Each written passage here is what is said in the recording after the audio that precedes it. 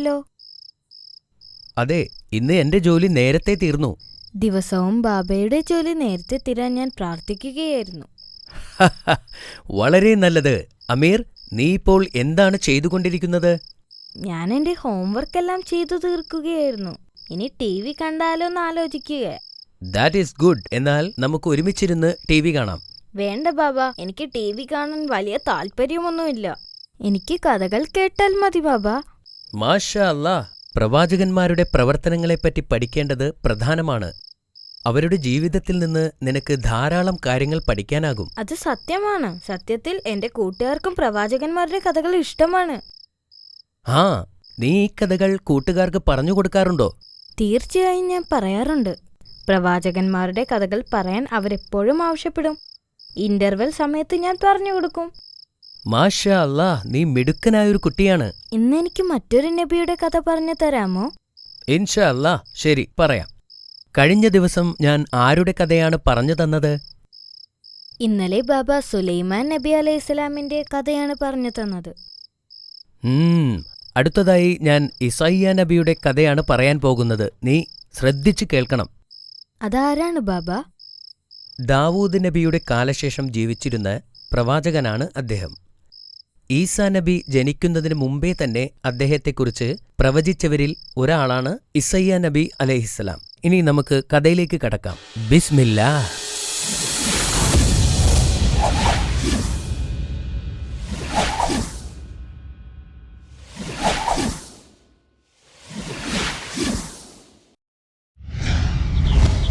ഹസ്കിയ രാജാവ് ഭരണാധികാരിയായിരുന്ന കാലത്താണ് ഇസയ്യ നബി ജീവിച്ചിരുന്നത്. ഹസ്കിയ ഒരു നല്ല രാജാവായിരുന്നു. അദ്ദേഹം അല്ലാഹുവിൽ വിശ്വസിച്ചിരുന്നു. പ്രവാചകൻ പറയുന്നത് ശ്രദ്ധിക്കുകയും പ്രവാചകനിൽ നിന്ന് ഉപദേശങ്ങൾ സ്വീകരിക്കുകയും ചെയ്തിരുന്നു. നല്ല ഒരു രാജഭരണത്തിന് കീഴിൽ രാജ്യം സമൃദ്ധമാവുകയും ആളുകൾ അദ്ദേഹത്തെ ഇഷ്ടപ്പെടുകയും ചെയ്തിരുന്നു. ഒരു ദിവസം രാജാവ് കാലിന് അസുഖം ബാധിച്ച് കിടപ്പിലായി. ഈ സമയത്താണ് ഞെട്ടിക്കുന്ന ആ വാർത്ത കേട്ടത്.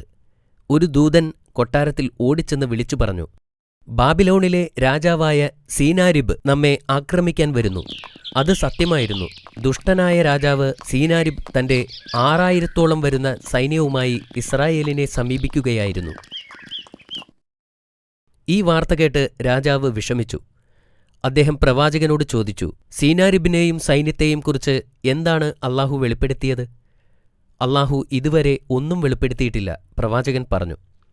രാജാവ് സങ്കടപ്പെട്ടു. യുദ്ധം ചെയ്യേണ്ടി വന്നാൽ സുഖമില്ലാത്ത കാലുമായി പൊരുതാൻ അദ്ദേഹത്തിന് കഴിയുമായിരുന്നില്ല. ആ രാത്രിയിൽ പ്രവാചകൻ പ്രാർത്ഥിച്ചുകൊണ്ടിരുന്നപ്പോൾ അല്ലാഹുവിൽ നിന്നൊരു വെളിപ്പെടുത്തലുണ്ടായി.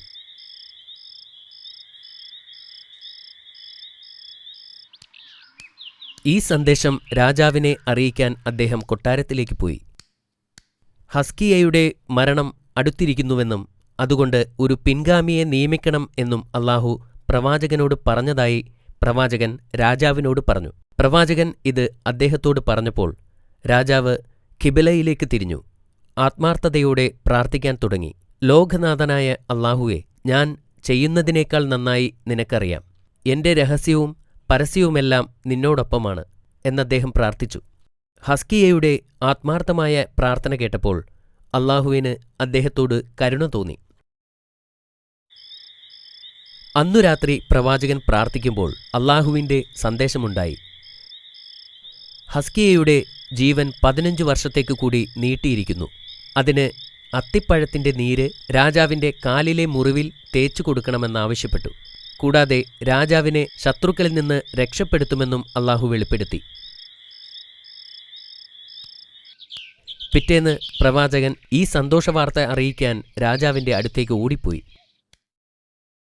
ഇത് കേട്ടപ്പോൾ രാജാവിന് ഭയങ്കര സന്തോഷമായി. അല്ലാഹു കൽപ്പിച്ചതുപോലെ രാജാവ് അത്തിപ്പഴത്തിന്റെ നീര് മുറിവിൽ തേച്ചു. എന്തൊരത്ഭുതം! മുറിവുകൾ പെട്ടെന്നു തന്നെ സുഖപ്പെട്ടു. രാജാവിന് ഭയങ്കര സന്തോഷമായി. അദ്ദേഹം നിലത്തിരുന്നുകൊണ്ട് പ്രാർത്ഥിച്ചു, അല്ലാഹുവേ, നീ ക്ലേശിതരുടെ പ്രാർത്ഥനയ്ക്ക് ഉത്തരം നൽകുകയും കരുണ കാണിക്കുകയും ചെയ്യണമേ. പിറ്റേ ദിവസം തന്റെ പടയാളികൾ നിലത്ത് മരിച്ചു കിടക്കുന്നത് കണ്ട് സീനാരിബ് ഞെട്ടിപ്പോയി.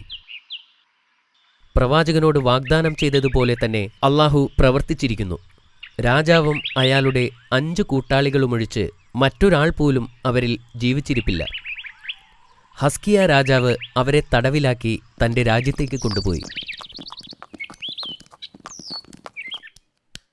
രാജാവ് സീനാരിബിനെയും കൂട്ടാളികളെയും 2 കൈയും പുറകിൽ കെട്ടി തൂണിൽ 70 ദിവസത്തോളം കെട്ടിയിട്ടു.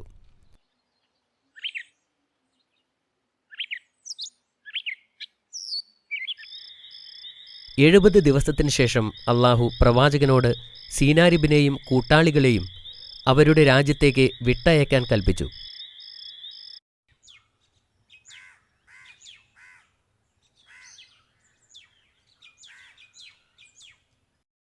ഈ വിവരം രാജാവിനെ അറിയിച്ചപ്പോൾ ഉടൻ തന്നെ അവരെ വിട്ടയച്ചു.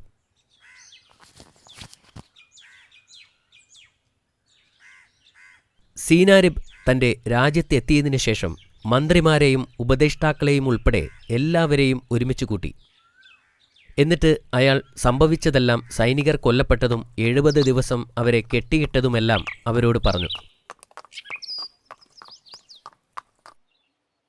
പുരോഹിതന്മാർ മുന്നോട്ട് വന്നുകൊണ്ട് രാജാവിനോട് പറഞ്ഞു, അവരുടെ ദൈവത്തെപ്പറ്റിയും പ്രവാചകനെപ്പറ്റിയും ഞങ്ങൾ നിങ്ങൾക്ക് ഇതിനു മുമ്പ് മുന്നറിയിപ്പ് നൽകിയിട്ടുണ്ടായിരുന്നു. പക്ഷേ താങ്കളത് ചെവിക്കൊണ്ടില്ല. മറ്റൊരാൾ പറഞ്ഞു, ആ രാജ്യത്തെ തോൽപ്പിക്കാൻ ആർക്കും കഴിയില്ല. സീനാരിബ് ഇപ്പോൾ ശരിക്കും ഭയപ്പെട്ടു.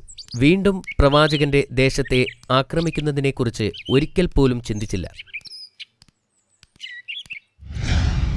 മാഷാ അല്ലാ, ഈ കഥ എനിക്ക് വളരെ ഇഷ്ടപ്പെട്ടു. നിനക്ക് ഇഷ്ടപ്പെട്ടതിൽ എനിക്ക് അതിയായ സന്തോഷമുണ്ട്.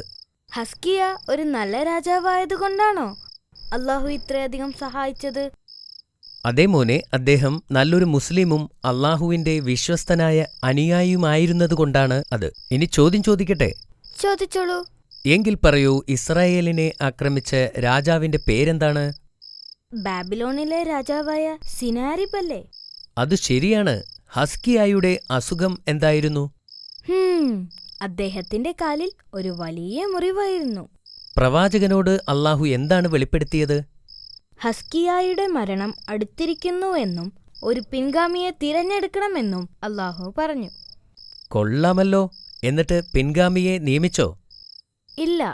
ഹസ്കിയ അള്ളാഹുവിനോട് പ്രാർത്ഥിച്ചപ്പോൾ അള്ളാഹു അദ്ദേഹത്തിന്റെ രോഗം സുഖപ്പെടുത്തുകയും ഇനിയും 15 വർഷം കൂടി ജീവിക്കാൻ അനുവദിക്കുകയും ചെയ്തു.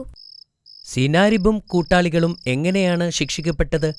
അവരെ തൂണിൽ കെട്ടിയിട്ട് 70 ദിവസം പ്രദർശിപ്പിച്ചു. അതിനുശേഷം എന്താണ് സംഭവിച്ചത്? അവരെ ബാബിലോണിലേക്ക് മടക്കി അയച്ചു. സിനാരിബ് വീണ്ടും ഇസ്രായേലിനെ ആക്രമിച്ചോ? ഇല്ല. അവൻ അള്ളാഹുവിനെയും പ്രവാചകനെയും ഭയപ്പെട്ടു. അവൻ ഇസ്രായേലിനെ ആക്രമിച്ചില്ല. മാഷാ അല്ലാ, ഇന്ന് നീ പറഞ്ഞതെല്ലാം ശരിയുത്തരമാണ്. Thank you Baba.